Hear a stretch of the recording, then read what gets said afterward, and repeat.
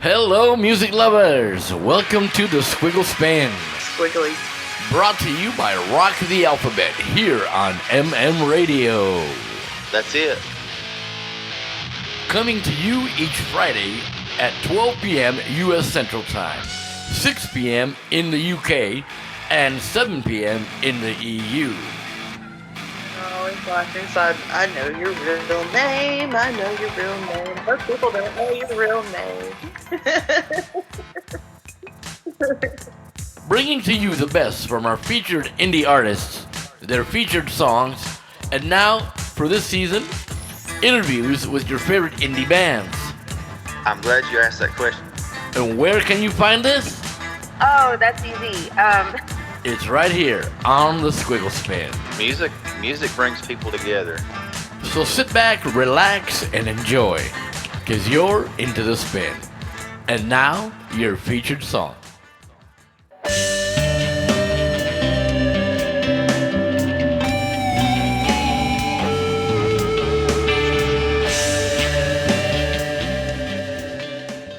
All right, music lovers. Squiggly Myers here for Rock the Alphabet with another Backstage Pass interview. On the line, I have the extraordinary musician, composer, visionary, Kristopher Battilana. How's it going, Chris? Yeah, good, man. Pretty good. How are you? Doing all right. Thanks for asking. Glad to have me on the line and appreciate the opportunity to pick your brain. Thanks for giving me the opportunity, man. It's great to be on your pretty humbling. So I'll answer what I can. Cool, that's awesome. I know most of our listeners are probably familiar with you from the review we did last year in October, where we took the month of October to review The Raven and the Robot song by song. It was amazing you guys to do that for me, eh? Yeah, it was great. Eric Child, our mutual friend, sent me the email asking me if I could do a review of your album, and I said, yeah, sure. And every time I do a review, I always give a short review of the artist. But since we shared your story over the 4 weeks, this time around, I thought it would be cool to have an interview where we could chat and people get to know you personally and get the scoop from the source, right? Yeah, definitely, yeah. Well, previously we learned that you had studied filmmaking, and I know that in filmmaking, a lot of the process in building a film is storyboarding, where you set up your concepts, and so what was the process that you went through to put together The Raven and the Robot? The idea's in for the Raven robot concept, or that was just in general how the process worked.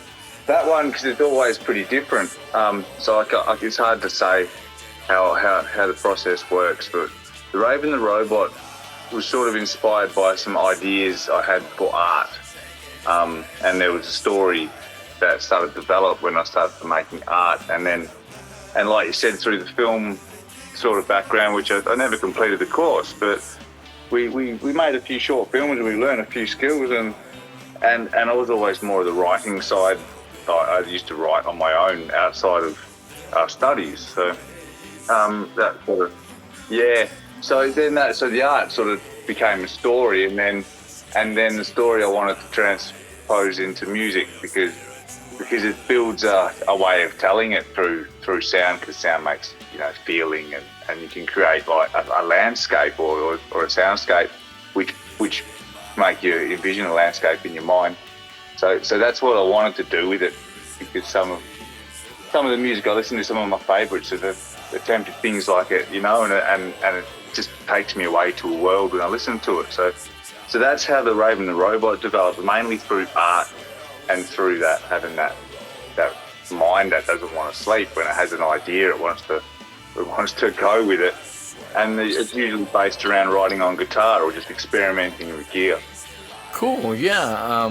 I remember listening to the album and listening to the way it was structured, and I kept thinking to myself how it reminded me a lot of Rush's 2112, and the fact that it built the story as it went along, and it made my imagination just jump out. Like I could envision the story as I was listening to the music. So it was very well done, and I really enjoyed that. I'm glad it had that effect on someone. It really did, yeah. It feels good to know it worked on some level. Now, how did your musical journey get started? Playing guitar and all that. Just like guitars. I used to listen to Billy Idol, and Steve Stevens was an amazing guitarist. When I was a kid, like I was 10 years old, and I was going through my dad's cassette collection, and he always listened to the blues and stuff. But then there was this tape, like, who's that? And I put it on, and I said, I like some of the solos in this. It's a little bit different. It has a different edge to it. It was 11 of the best. So I had Rebel Yell and White Wedding and Flesh Fantasy, and I remember hearing Steve Stevens solos. So that's when I started to like the sound of guitar. But then I remember telling the parents I wanted to play, and they put me through some piano lessons, and I learned a little bit about music that way. So, but then I always wanted to play guitar, but then now later in life I wish I stuck with piano, even though, I can play keys and sort of, but I wouldn't say I play piano. So I wish I did stick with it. But that's how it started. I like because his music seemed to be a mix of, there was rock and there was dance and there was synth elements all in it, especially on the the Cyberpunk album when that came out. I think it was 93 or something. Yeah, and that was a concept album, and it was really interesting concept. But a lot of the reviewers didn't like it. I think it reviewed pretty badly. But me being about 10 years old, and the imagery that was coming through in a lot of the songs, it was a futuristic, post-apocalyptic sort of wasteland, and it was a nice big fold out. It was only a cassette, it wasn't like a record like format, but the fold out in the cassette with the lyrics and everything was pretty good. So I like that sort of when I learned about concept albums and concept music was through him as well. So and then that didn't have Steve Stevens on it. That album had a really different feel. So actually, I think he might have popped up on a few songs anyway. It doesn't matter. But yeah, that's sort of where the concept album thing came in, and then it all went on from there. As I grew up, I found metal and progressive rock and progressive metal and industrial, like White Zombie. And then I was like, there's so much concepts going on in the music that pop wasn't exploring and mainstream wasn't exploring. It all seemed to be love songs and breakup songs and teenage sort of songs. And metal was a whole other world.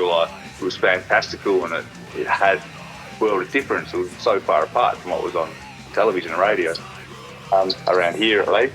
And it just seemed, you'd go by the albums and they wouldn't just be jewel cases. Maybe it was just the ones that were getting stocked, because they only ordered the good ones to get here. So they seemed to be really good art packages that come with the music. It wasn't just like buying a single that was like a sleeve and a song. They were really good packages that were coming from, I think it was like, I remember like Inside Out Records and things like that was releasing some pretty good stuff. So it's become a whole thing more than like I'm not trying to wash out the music side, but the whole production side of what surrounds the music. Fell in love with that too, the concepts and the arts. Yeah, that's true. The concept art does go hand in hand with the music. I guess it gives the listener a visual representation of what the artist is trying to convey in the music. So yeah, I can totally agree with that. That's true. Yeah. So then I guess just pursued that sort of thing, but never pursued it professionally, or never thought I'd take it anywhere. Just it was a hobby, And then later in life, like now I'm 40, so it's like my mid-30s. I decided to try and actually do something with it. Been playing instruments and recording it, making songs. So it was time to actually put them out. So that's how it progressed. Yeah, love the equipment and the instruments there.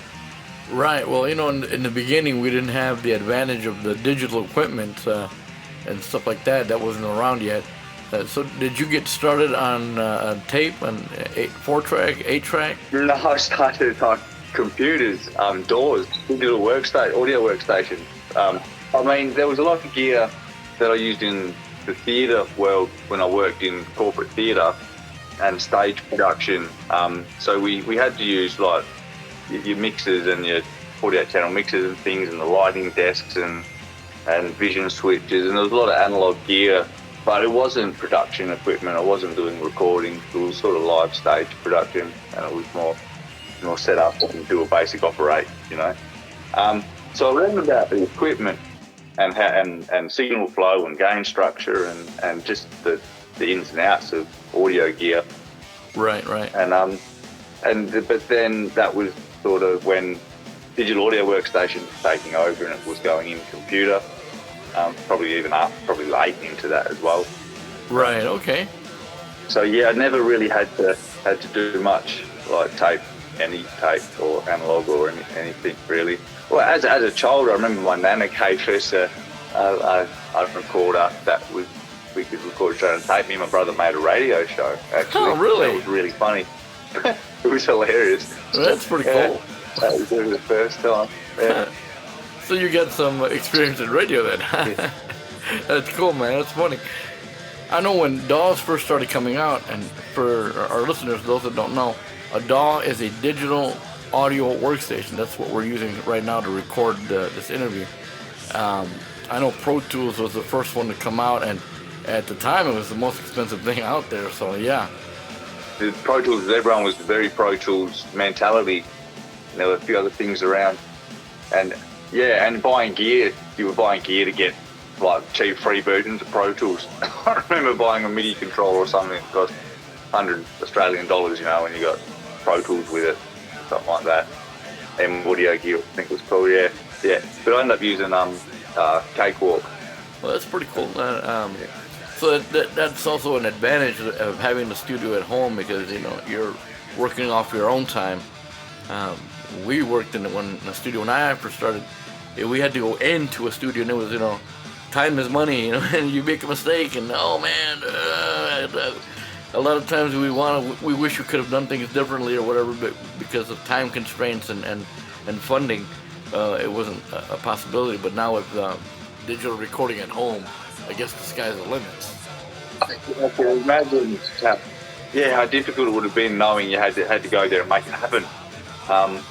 So yeah, I haven't had to really experience that using a home studio. We've had a little bit of studio experience, and it was actually, I don't want to talk badly about it, but it didn't happen. It was a failure. We recorded the drums, but then their system failed, and it took months to get it up and running. We ended up releasing my own version of it. We didn't use the drums that were recorded in the studio. It was a total waste of time. But it would have been so good. We had a live drum up, and it was a really good thing that was going on there. It sounded awesome. But by the time we got it all up and running, everyone was too impatient. And I hear he's got it going again, so we're going to try again. Well, yeah, we look forward to hearing from that. You know, well, there's more songs still coming from that project. There was supposed to be more, and then Matt just put it on the back burner, big time. So, and then we released the Crow's Nest version of Black Electricity. But now the other guy, Cal, we're based back in local again. He was away, so and he's setting up his. I don't know if you remember me mentioning we had that shed that we were setting up as a recording studio and jam room. Yeah, that's cool. But that sort of so much things start and fall through. But that sort of fell through. So now he's setting up again in a place closer to home anyway. Okay, cool. And yeah, so hopefully that project's going to start. It hasn't really got a name. It was going to be called Jamwood. But yeah, it's something. There's things happening there, and that's probably going to go to the studio to get live drums on that, which isn't really heard in any of my music. There's no real live drums in any of it. So it's going to give it a nice new dynamic if we can get that happening. Right. So yeah, cool. Yeah, I like your concept so far musically. You know, like you say, it's got a little bit of everything, a little bit of industrial, a little bit of the. You seem to paint with the broad stroke, and that's cool because it lends to a greater dynamic in your music. And a lot of people are afraid to venture out like that, but you know, this is cool that you're able to draw from different influences and different genres of music. It shows that your thinking process is a lot more broader than most people's, and that's really good. It could largely come from not really being taught anything and sort of making it up as I'm going along. So right, okay. it could have a lot to do with Well, that. yeah, that's cool. But I think being self-taught might help in that regard, because I've never really been stuck to any mold or way of playing or way of thinking about music. It's always been, I wonder what happens if I do this. Right. And I get impatient trying to learn on YouTube and trying to do tutorials and technically learn. I'm sort of just having to find it and then look at the little screen and then have it and then pause and I just can't. I don't do it. Right. I just experiment on the instruments and see what stuff sounds like, and it's probably a very slow way of doing it. But I think what it's resulted in is something that's probably coming out quite unique. Yeah, that's pretty cool. Yeah, and it's true that when you're studied or when you study something, sometimes you get it drilled into your head, and at times it becomes rigid and you become a slave to that knowledge. But it's cool that you're able to go beyond that and work in a free-form type of scenario. I think a discipline's probably good to have, but to have it not regimented is also a good thing to have it. Right. And it's a good thing to have that structure, but it's also good to be able to go beyond that and to be able to work out your musical concepts in a more free form, right? I say it probably gets frustrating at times. Because just, but no, I like working this way. So it's the way, I can't work any other way. I've got a bit of a click. Cool. Yeah.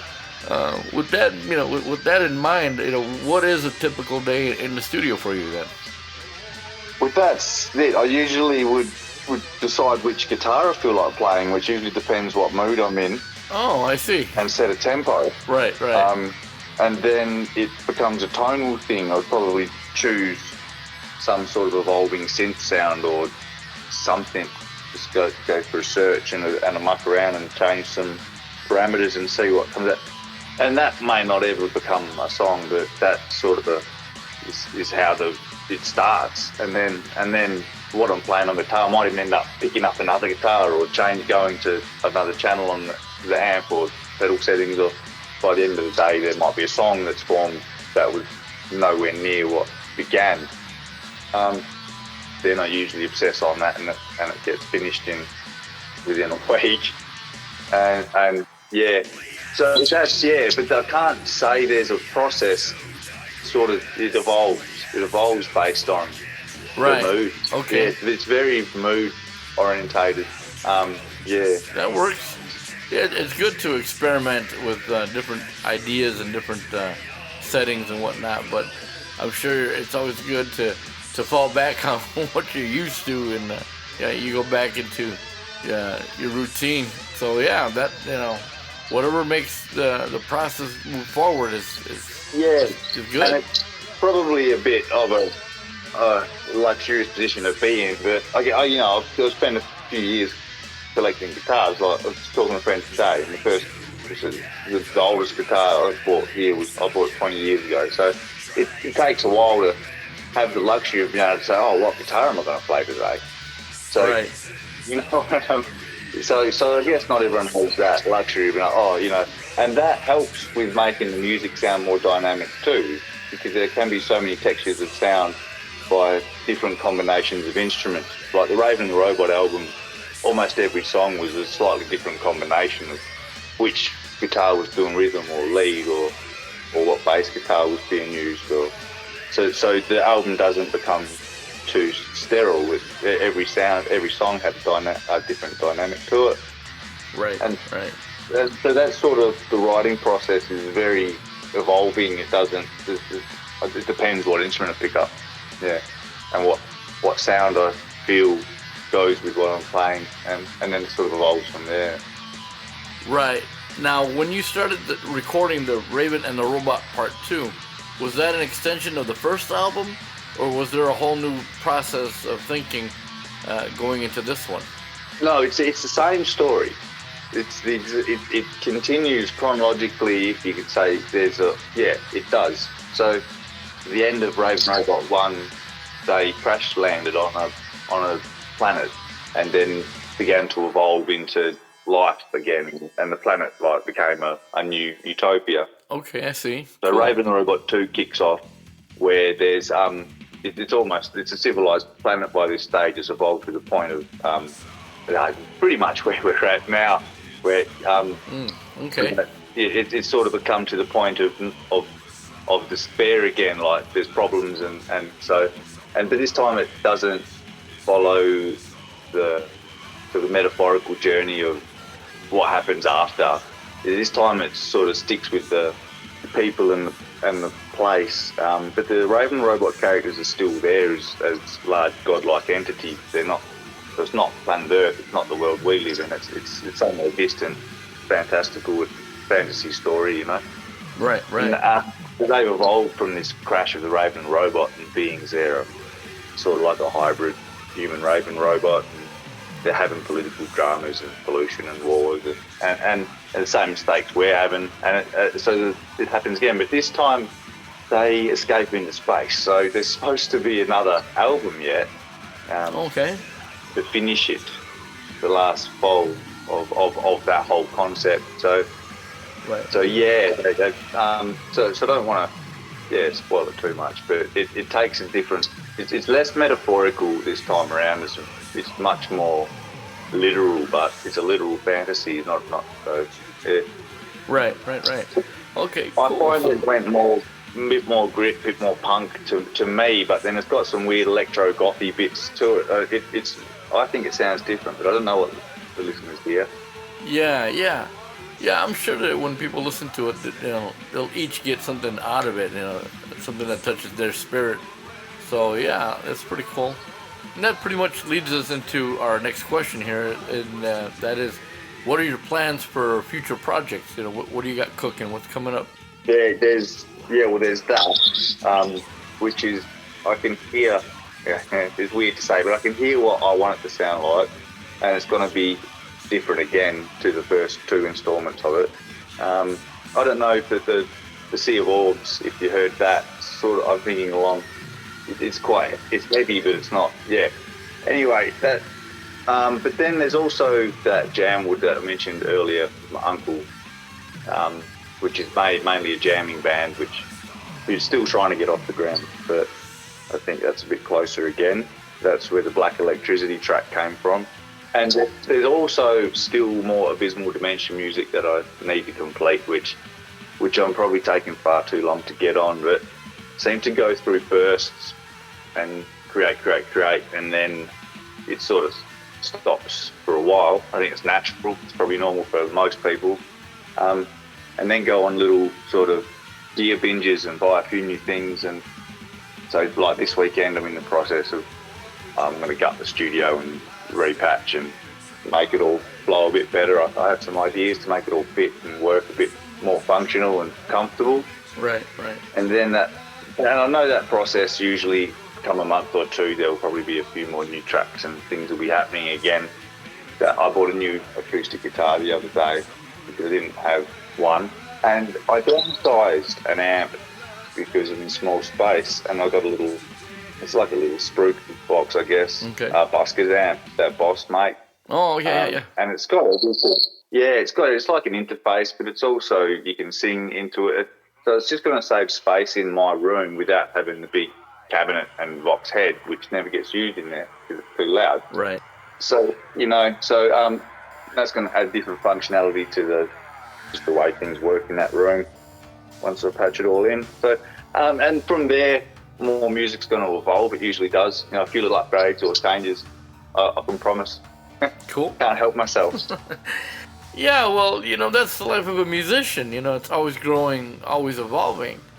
It's great to be able to sit here and talk with you and be able to hear how you work things through and how you put things together and how things evolve into a finished product. And that's great, to be able to get to learn from your concept, how you think things through.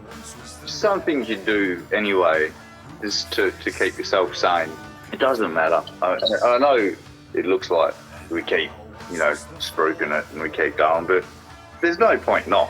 But if it doesn't get traction, it doesn't matter either, Right. Because at the end of the day, it's a good feeling to play and actually feel a song, and whether it's nice to share that song and have other people feel it. But at the end of the day, if you felt that song, that's what it's about. I've always seen music as a form of therapy, not only for the listener, but also for the one writing, you know? And to me, you know, that's the beauty of music, because a lot of times someone will hear a song and they'll hear something that touches them, or it helps them cope with the situation they're going through, or whatever it may be, you know, whatever issue they may be going through. Music is a great therapist in that sense, I guess. Yeah, man, it processes things, doesn't it? Yeah. Yeah. Well, we only have one question left, and we usually leave this one for last because sometimes it's the hardest one to answer. So, if you were stuck on a deserted island, what album would you like to have with you? Yeah, I had to think a little bit about it because it's a hard one, because if you're stuck there, you know, you're stuck there. You don't want, like, there's some great albums, but you don't want to kill it. Like, so I went for the most dynamic album, the one that has the most changes in it, the most different sounds that I can think of, and it was Empath, Devin Townsend's Empath. Okay. And I have to go to double album because it's longer, right? So get a bit more time out of it. Right. But the album just takes so many turns. There's lots of different styles, you know. It goes from some pretty heavy stuff to almost Disney, and a lot of stuff in between. And then the bonus disc is of demos sounds as good as you know, most people's A grade stuff. So Right. yeah, I think that's so much re-listenability. It's not like you go through and go, oh, that's the same style. Like, there's great punk albums, there's great rock albums, there's great metal albums, but that album I can't really classify as where it will be. So they call it progressive, I guess, but it just goes everywhere. Right. So I think, and it has an island feel to it. There's moments in the album where he takes you to a deserted island, and you know, Right. and you can feels like you're sitting there. Some ambient moments of the album where it actually takes you to an island. Well, that's cool. And That's cool. It's beautiful. So yeah, I had to choose Empath. Yeah, love it. Yeah, and the reason we asked this question is because we'd like to see what's behind the artists, you know, what they like to listen to. Maybe turn other people on to something new, something different. I mean, maybe there's someone out there who hasn't heard Devin Townsend, and this will give them a chance to check them out. I'll probably plug it too much, but Yeah. you know, that album, I love it, man. Yeah. Cool. Yeah, that's a good choice. All right, then, where can people find you on the web? Let's give a shout out to all your media platforms and websites. Yeah, man. I've got the Bandcamp up and running now. It's Kristopher Battilana, which is always a bit of a mouthful and hard to type. So it's Battilama, and Kristopher spelled with a K, just to make it even harder for everybody. yeah, we'll keep it underground by making his name hard to spell, you know. Right. Yeah. But if you search that, or if you can, another way to find it, which is an easier one to remember, is The Raven and the Robot. Right. Cool. Okay. And if you Google that, it'll take you. It should find the music, I hope. Right. But then it's on all platforms, Spotify and YouTube and all of the other ones in between, iTunes and Apple Music. Yeah. Right. Distribution is great these days. You don't have to do much, do you? Yeah, that's the advantage of the technology nowadays, that anyone can put out an album and have it distributed a lot easier. Back in the day, I know it was a lot harder because you had to have a record company and go through that. And nowadays, it's a lot simpler, but at the same time, it's a double-edged sword because it's a bit time-consuming and does take some work to get it through. But once you do, you know, it's well worth it in the end, I think. Oh, yeah, that's right. But it's all cool, you know, because if you're passionate about what you're doing, then, you know, more power to you, I say. And that's why I love doing these interviews, you know, to spotlight artists and give them an opportunity to get themselves heard and, you know, give people a chance to check them out and, who knows, maybe become fans. So hopefully this interview will help get you some traffic to your websites and give people a chance to discover Kristopher Battilana.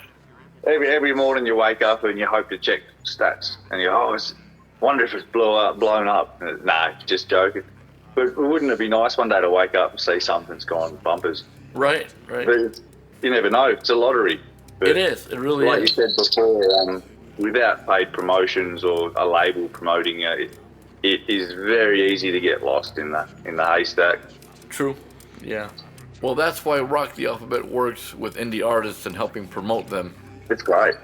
I love that alphabet. Yeah, it's really cool. You know, when Rock the Alphabet first started, you know, the boss man, he got the playlist going there on Spotify, and when A through Z, and that's where we get our motto. You know, A through Z, we had a playlist for you, and we got you there on the playlist now. You know, Kristopher Battilana's on there, as well as other artists that people can discover if they want to go check them out. Yeah, it's a good bunch of playlists over there. But yeah, that's how I got from there. I ended up at Radio, and that's just been great, you know, working with everyone and being able to be a support to other artists. Man, I enjoy Radio. I try to get it on at work at times because everyone's stuck on the same 2 radio stations here. Sometimes I try and get on at work, and it's a good mix, and everyone enjoys it, you know. But Right. yeah, but once again, getting them to install apps on their phones and using it it's all people is just too easy to go and do the same old thing every day. But Right. Yeah, we a lot of times people, you know, they gravitate towards the simplest and stuff, but you know, there are those adventurous people that will go out and search, you know. People always complain, hey, there's no good music. Oh, there's good music. You just got to look for it, you know. Just got to look for it. Yeah, it's there. Yeah. And, you know, and sometimes you don't have to look too far. No, they don't have to look too far. All you have to do is look. It's not Right. difficult, and all the resources are there. They've got all the platforms to look on. Yeah. Right, and that's what's cool, you know, to be able to go out and discover something new, you know, check out a new artist, new band, something you haven't heard before, something out of the ordinary. You know, it's pretty cool to find those hidden treasures. I love the underground playlist. There's always something new. Exactly, that's what I mean. Well, Chris, I really appreciate your time and glad to get a chance to pick your brain there a little bit, give everyone a chance to get to know you, and it's been really awesome to have you on the line and be able to get a chance to talk with you. Anytime, man. Thanks, brother. I really appreciate your friendship. And who knows, you know, if the stars align, maybe one day we'll get a chance to meet each other in person. Yeah, man. It's great knowing you. Yeah, man. We'll try and get my ass in an airplane one day. Yeah, that would be great, man. Maybe one day soon, hopefully. But it's been a real pleasure to chat with you, brother. You know, thanks, man. It's good to talk to you, dude. Most definitely, brother. I really appreciate your time. Well, music lovers, that's it for another episode of Backstage Pass on the Squiggle Spin. My deepest thanks to Kristopher Battilana for being on the show today. And don't forget to look for his new album, The Raven and the Robot Part 2, available now on all streaming platforms. This is Squiggly Myers saying thanks again for being a part of Backstage Pass here on the Squiggle Spin. Hello, travelers.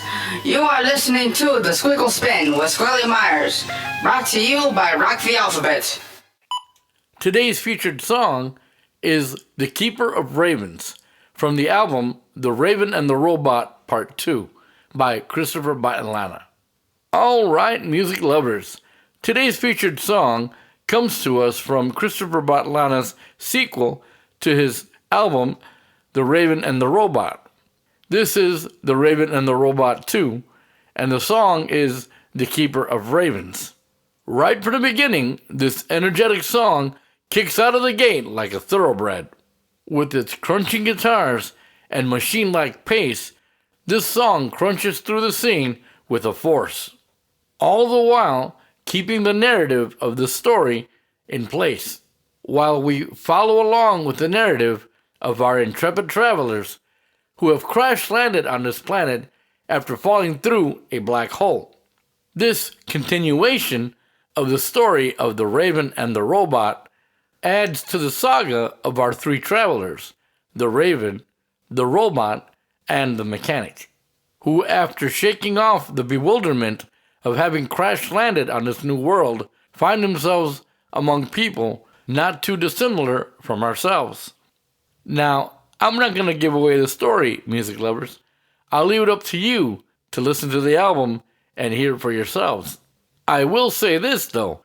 It is a very intriguing story nonetheless.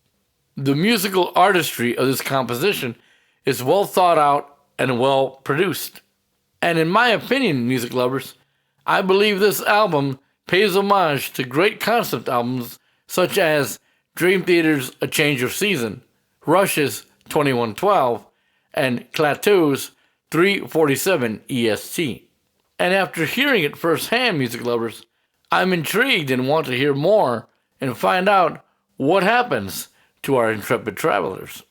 So, music lovers, Kristopher Battilana's The Raven and the Robot Part 2 is a great sequel to its predecessor, The Raven and the Robot. So, if you want to immerse yourself into an adventurous story, this album is definitely for you. So go look for The Raven and the Robot Part 2 and for The Raven and the Robot as well on all your streaming platforms. Well, music lovers, that's it for this episode of the Squiggle Spin. Join us again next week when we will be reviewing another featured song by another featured indie artist. This is Squiggly Myers reminding you, life is short, my friends. Don't forget to turn up the music. Now let's listen to The Keeper of Ravens by Kristopher Battilana here on the station where it's always tasty, MM Radio.